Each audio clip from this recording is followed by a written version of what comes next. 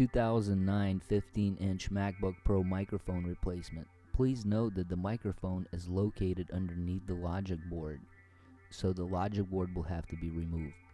Make sure that the MacBook is shut down and go ahead and flip it over.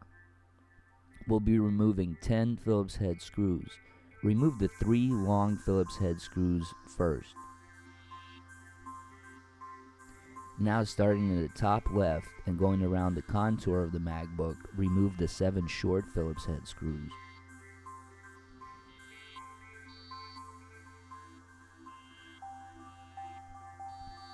Once all screws have been removed, go ahead and remove the rear panel.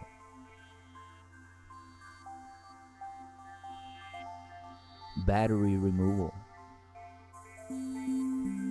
Remove the 3 tri-wing or pentalobe screws depending on your model.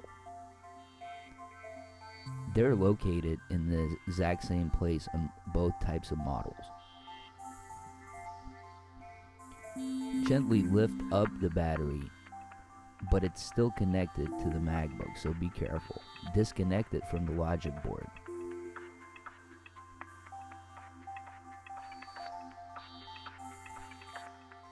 Logic board removal. Remove the trackpad cover first. It's attached with 2 Phillips head screws.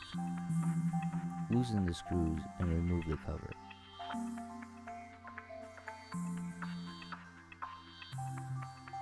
Remove the right fan. It's attached with 3 T6 screws. Leave the screws in place, unscrew them, lift up the fan and disconnect it from the logic board. Remove the left fan as well. It's attached the same way, 3 screws, leave them in place, disconnect it from the logic board. Leaving the screws in place allows you to track them easier. Inspect the 10 connections on the logic board. Familiarize yourself with them. We'll go over each one individually. Disconnect the keyboard backlight. It has a little lever that has to be pressed up. Then you can just pull out the cable. Make sure to push up that lever. Disconnect the Wi-Fi cable. It just comes right out. Disconnect the DVD drive. Disconnect the speaker. Disconnect the SATA hard drive. Disconnect the trackpad. Just pops right up. There's a lever on the keyboard connection. Pull up on the lever and then pull out the keyboard. Disconnect the battery life indicator. Pull up on the unlocking mechanism and disconnect the LVDS cable. You can just pull it out after unlocking it. Be careful with this connection as it's very fragile and can be damaged easily. Remove the 7 T6 screws securing your logic board in place. You can review this segment to make it easier to track the screws.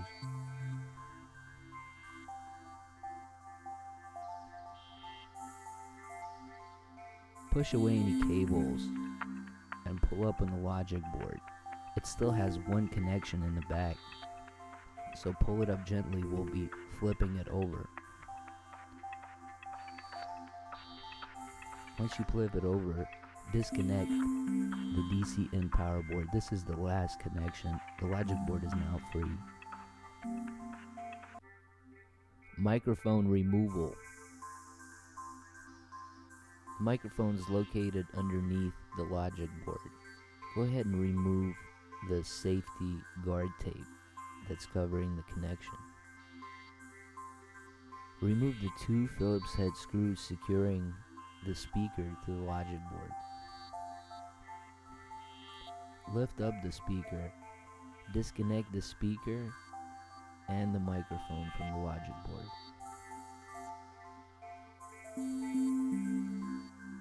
You can now pry out the microphone out of the speaker.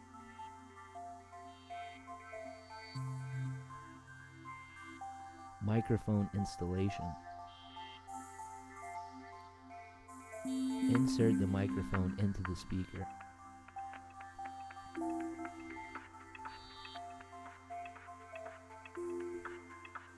Reconnect the microphone to the logic board.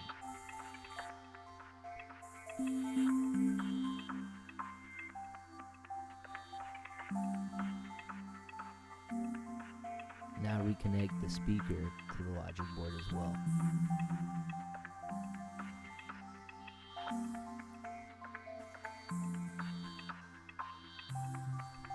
Secure the two Phillips head speaker screws.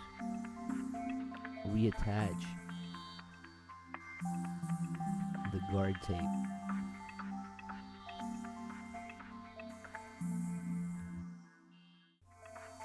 Logic board installation.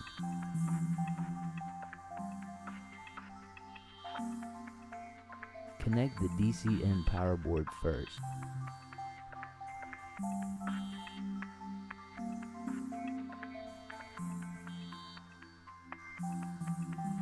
At an angle, insert the board and connections to the right first. Push away any of the cables and lay down the board. It's okay if some cables are trapped. We'll be pulling them out. Take out tweezers and push away any of the trapped cables.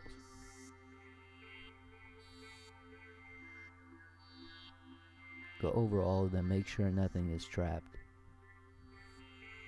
There's 10 connections. 9 connections if you exclude the battery.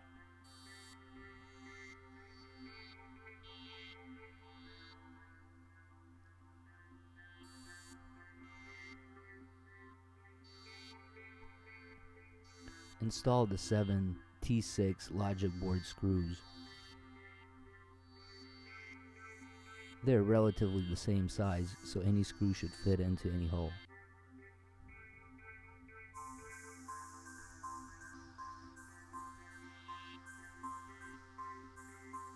Connect the keyboard backlight first. Make sure that the lever is up. Push in the connection and lock the lever. Install the left fan.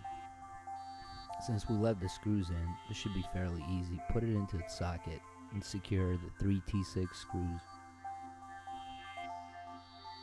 Connect the fan to the logic board. Make sure that that cable was not trapped when you put in the fan.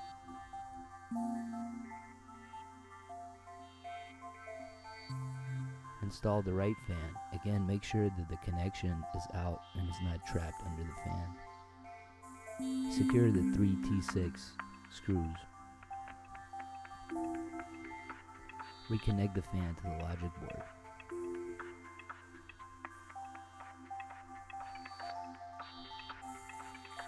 We can now connect the Wi-Fi cable.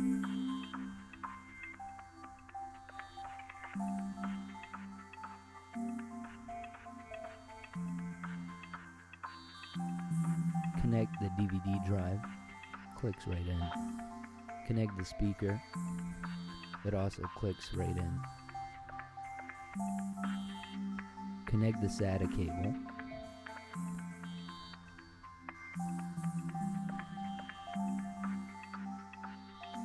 Connect the trackpad. Make sure all these connections are firmly in. Connect the keyboard. Make sure that the lever is up when you insert the keyboard into the socket. Then push down on the lever to lock it in. Connect the battery life indicator. Connect the LVDS cable now. Make sure that the locking mechanism is up. Be careful, as this port is very fragile. Lock it in with the locking mechanism. Install the trackpad shield.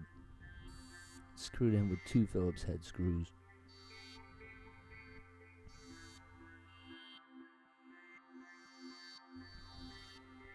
Battery installation.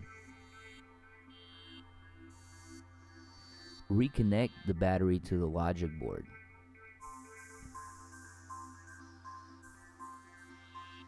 This might be a little difficult to do. You can peel back the battery connection cord from the battery about 2 inches to make this easier. Insert the battery into the socket after connecting it.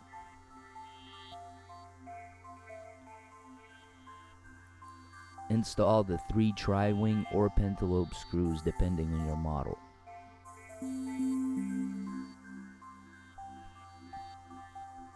Install the rear panel.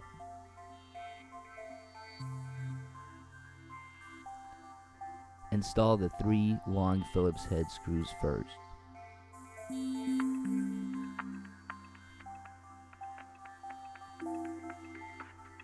Now the 7 short Phillips head screws.